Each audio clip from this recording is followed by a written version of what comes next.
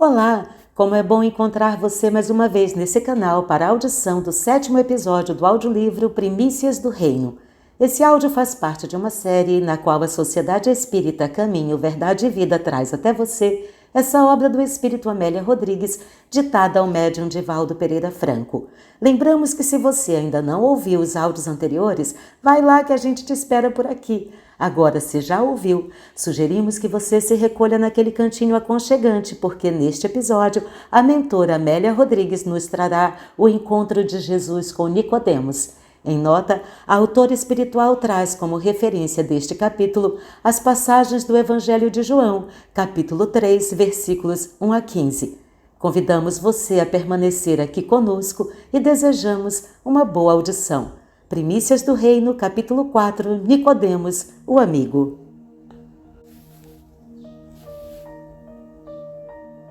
O plenilúnio vestia Jerusalém de prata.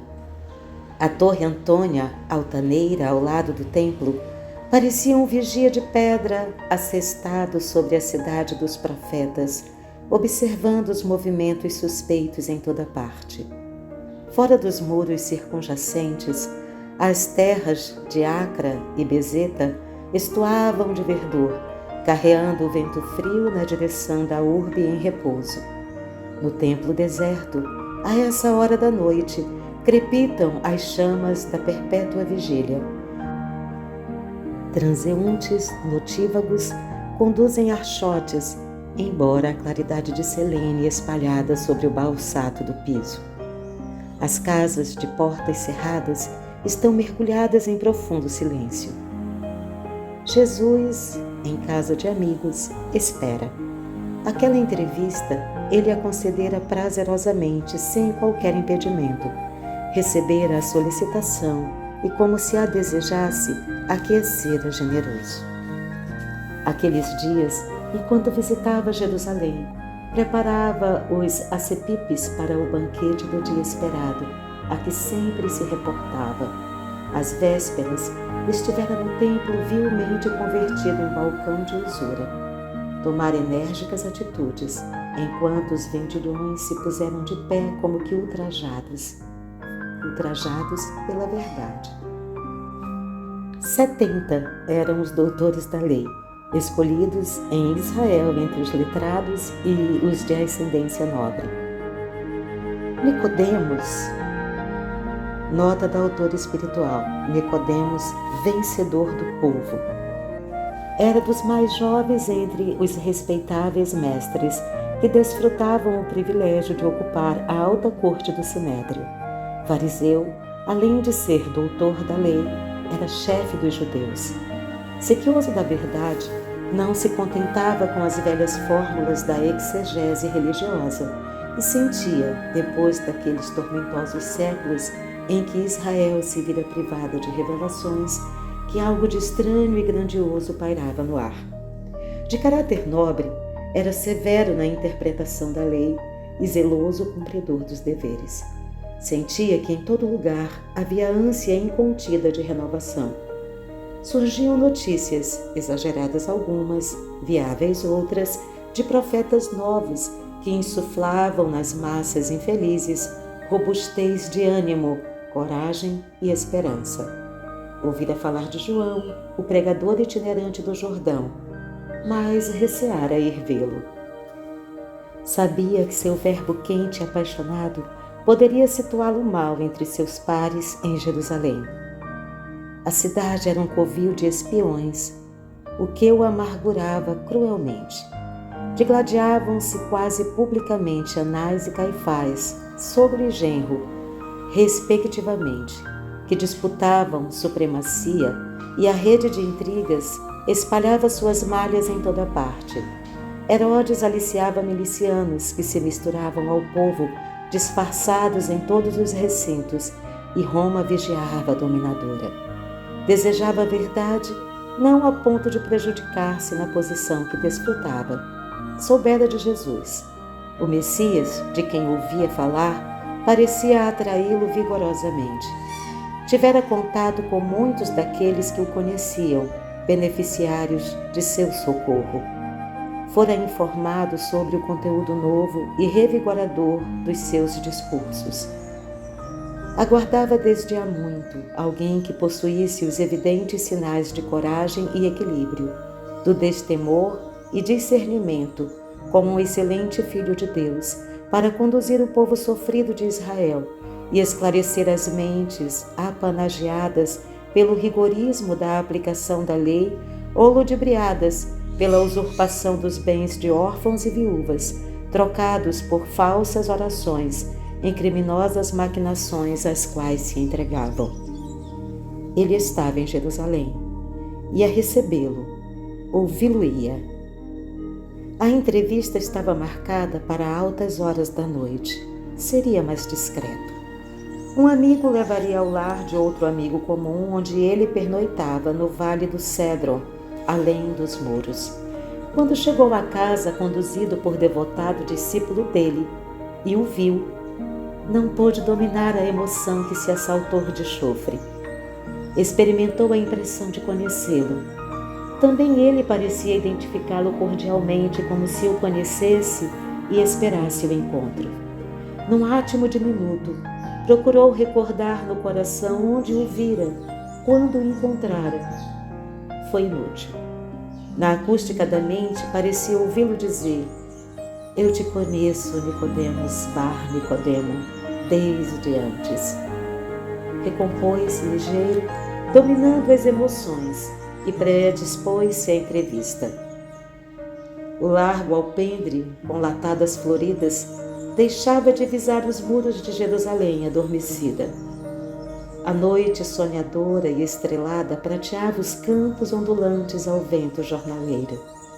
A sala, iluminada por lâmpadas de óleo crepitante, agasalhava os dois hóspedes a se defrontarem silenciosos. Em Nicodemos, a expectativa é imensurável. De espírito arrebatado, conhecia as glórias mundanas e saturara-se da bajulação. Representava a humanidade inquieta, instável, ansiosa. Jesus personificava a paz. Sereno, auscultava o amigo que fora interrogá-lo. Eram bem dois mundos distintos. Sem mais poder dominar o corcel das emoções desordenadas, o doutor da lei indagou: "Rabi, bem sabemos que és mestre vindo de Deus, porque ninguém pode fazer esses sinais que tu fazes, se Deus não for com ele." A face do mestre, coroada pelos cabelos encaracolados e caídos sobre os ombros, parecia transfigurada. Os olhos brilhavam com estranho e claro fulgor. "Que desejas de mim?" perguntou Jesus. "Que é mister fazer?" retrucou o emocionado fariseu, para fruir das excelsitudes da paz com a mente reta e o coração tranquilo, e depois gozar das delícias do reino. Há quanto tempo a pergunta lhe queimava o pensamento. Desejava o roteiro, mas temia encontrá-lo. Gostaria de saber a verdade e receava conhecê-la. A verdade fora a razão da sua busca incessante, mas não ignorava que conhecê-la era morrer para todas as ilusões, suportando o fardo opressor das incompreensões e lutas, de espírito firme nos alicerces do seu conhecimento.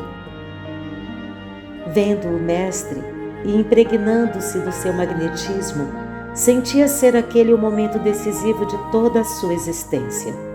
Aguardava a resposta. Começaria a viver, morrendo para tudo quanto reunira na vida. As interrogações quedavam na sala. Sentindo aquele homem de espírito nobre, perdido nos dédalos das convenções, asfixiado pelas exterioridades enganosas, o Rabi respondeu: na verdade te digo que aquele que não nascer de novo não pode ver o reino de Deus." A resposta era complexa e profunda. Que seria nascer de novo, pensou, e sem cobrar fôlego interveio: como pode um homem nascer sendo velho? Porventura pode tornar a entrar no ventre de sua mãe e nascer? O mestre fitou-o demoradamente. Nicodemos sentiu-se embaraçado. Quando me refiro a nascer de novo, prossegue o Rabi, desejo elucidar quanto à necessidade de nascer da água e do Espírito. O que é nascido da carne é carne, e o que é nascido do Espírito é Espírito. Não te maravilhes de te ter dito, necessário te é nascer de novo. O Espírito sopra onde quer e ouves a sua voz, mas não sabes de onde vem nem para onde vai. Assim é todo aquele que é nascido do Espírito. Estranha informação. Nicodemos pensa, então, os esseus estavam informados quanto ao reino de Deus? Também eles falavam, como os antigos e a tradição, a respeito dos renascimentos. Sabia que nos mistérios egípcios, além da metempsicose com que se ameaçavam os maus, os sacerdotes falavam aos iniciados sobre os diversos avatares do Espírito para se despojarem dos crimes e das imperfeições. Seria então esse nascer de novo igual ao da doutrina das vidas sucessivas a que se reportavam os hindus e os gregos? Parecia-lhe lógica a necessidade de renascer, pagar numa vida os débitos angariados noutra, refazer o caminho percorrido, retificando erros, corrigindo arestas. Não podia, no entanto, perder-se em cismas. Como se despertasse do ensinamento, indagou, procurando robustecimento. Como pode ser isso? És mestre em Israel, retorquiu Jesus, e não sabes isto? Todos os que compulsam os velhos pergaminhos conhecem a trilha da evolução. Dizemos o que sabemos e testificamos o que vimos, e não aceitais o nosso testemunho. Essas são informações do currículo terreno. Outras, poderia dizê-las, celestiais, mas não as compreenderias. O espírito é imperecível e na sua jornada infinita estaciona para refletir e recomeça para ascender. Os compromissos não regularizados ou complicados hoje, amanhã serão ressarcidos. A emoção vibrava nos lábios do Rabi. Era quase um monólogo. Talvez ele estivesse falando à humanidade inteira, desejando imprimir no ouvinte perplexo e atento a diretriz de segurança, e identificando-se como o enviado, prosseguiu. Ninguém da terra subiu ao céu, senão o que desceu do céu, o Filho do Homem, que está no céu. E como Moisés levantou a serpente no deserto, assim importa que o Filho do Homem seja levantado, para que todo aquele que nele crê tenha vida futura. Que desejava ele dizer com a serpente? Salomão a ela se referia como símbolo de sacrifício, pensou Nicodemos. Seria necessário que o Rabi fosse sacrificado para que a verdade se espalhasse nos corações e os homens a pudessem identificar? Percebeu intimamente que já o amava e surda preocupação começou a assomar-lhe à mente. Nicodemos tinha os olhos nublados. O Rabi estava de pé. A sala ampla mergulhou em silêncio. Os astros fulguravam ao longe. A entrevista estava concluída. Nicodemos fitou o mestre banhado de prata. Despediu-se e, embrulhado no fez, desapareceu na noite, rumando para Jerusalém.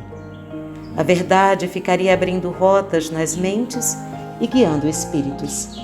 A doutrina das vidas sucessivas fora ensinada por Jesus. A reencarnação decifraria os enigmas da vida pelos tempos do porvir.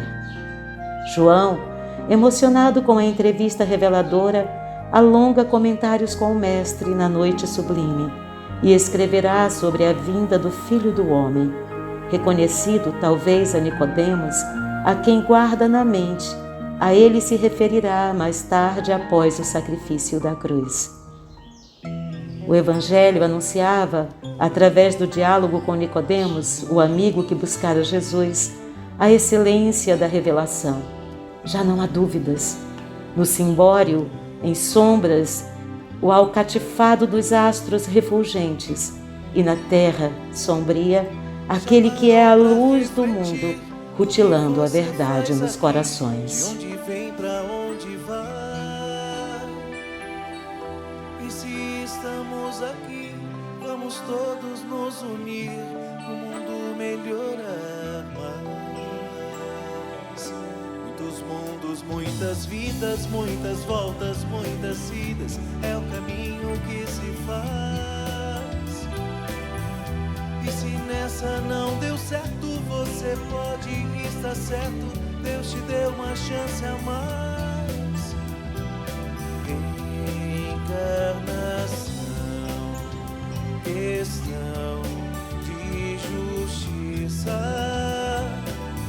Se você errou aqui, volta pra reconstruir tudo que ficou pra trás. Já parou pra refletir o que você faz aqui? De onde vem, pra onde vai? E se estamos aqui, vamos todos nos unir pro mundo melhorar mais. Muitos mundos, muitas vidas, muitas voltas, muitas idas, é o caminho que se faz. E se nessa não deu certo, você pode estar certo, Deus te deu uma chance a mais. Reencarnação, questão de justiça. Se você errou aqui, volta pra reconstruir tudo que ficou pra trás.